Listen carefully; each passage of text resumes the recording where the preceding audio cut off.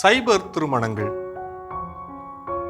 ஒரு கிளிக், ஒரு ப்ரொஃபைல், ஒரு சிரிப்பு புகைப்படம். இணையவழி திருமணங்கள் பற்றி கேள்விப்பட்டதுண்டா?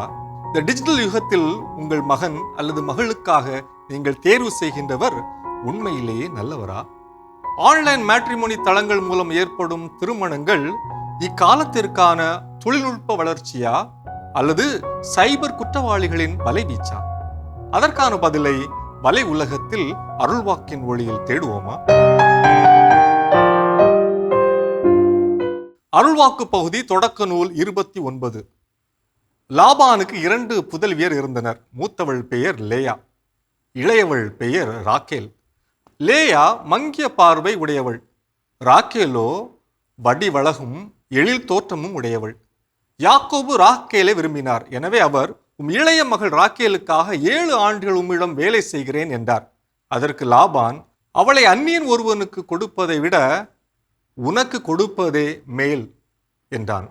ஆயினும் இவ்விவிலிய நிகழ்வில் யாக்கோபு 7 ஆண்டுகள் வேலை செய்த பிறகு கூட அவர் விரும்பிய ராக்கேலை மனம் செய்து வைக்காமல் அவருடைய மாமன் லாபான் ஏமாற்றி ஆள்மாறாட்டம் செய்து ராக்கேலுக்கு பதிலாக மூத்தவள் லேயாவை ஏமாற்றி திருமணம் செய்து வைத்தான் என்பதை காண்கிறோம். காலங்கள் மாறினாலும் கோலங்கள் மாறுவதில்லை.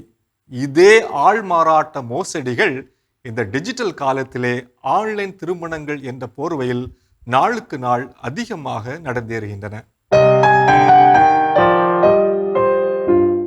இந்திய கலாச்சாரத்தில் திருமணம் என்பது 1000 காலத்து பயிர், வாழ்க்கையில் ஒரு முக்கியமான தருணம்.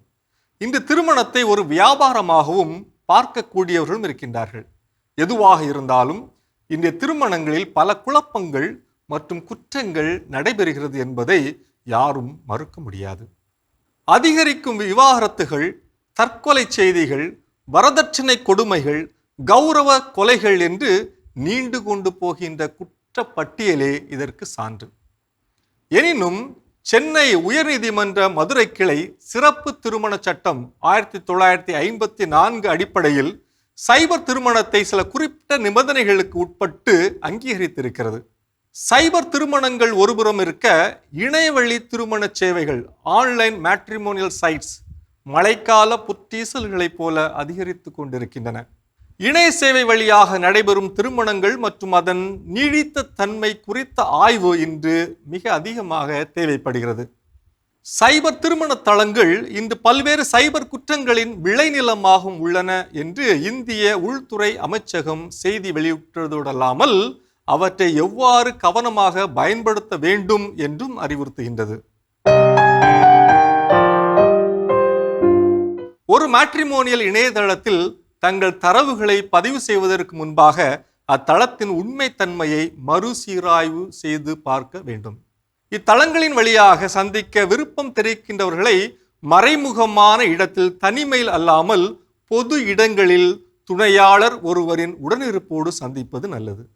இவ்வகை இணையதளங்களில் அறிமுகமாகின்ற மனிதர்கள் பற்றிய விவரங்களை நண்பர்களோடும் அல்லது பெற்றோரோடும் பகிர்ந்து கொள்ளலாம். மேட்ரிமோனியல் இணையதளத்தின் வழியாக அல்லது சமூக ஊடகங்கள் வழியாக சந்திக்கும் மனிதர்களிடம் பணத்தையோ அல்லது அந்தரங்க புகைப்படங்களையோ பரிமாறி கொள்ளாமல் இருப்பது நல்லது. இணையம் ஒரு மனிதனின் வாழ்வில் எந்நாளும் நீடித்திருக்கின்ற உறவுகளை ஒன்றிணைக்கின்றது. முகம் தெரியாத 2 பேரை அறிமுகப்படுத்தி அவர்களை திருமணம் என்னும் உறவில் இணைக்கின்றது. எனினும் இதயங்களை இணைக்கின்ற இணையம் மோசடியில் ஈடுபடுவதை என்னவென்று சொல்வது?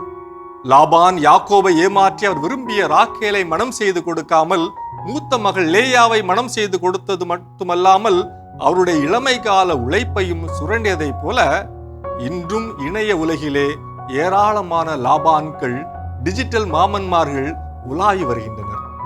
எனவே விழிப்பாயிருங்கள். இணையதள மோசடிகள் எந்த வகையிலும் எந்த விதத்திலும் வரலாம். எனவே மிகுந்த முன்னெச்சரிக்கை தேவை. இது வலையுலகம் 360 டிகிரி டிஜிட்டல் உலகிற்கான உங்கள் அகராதி.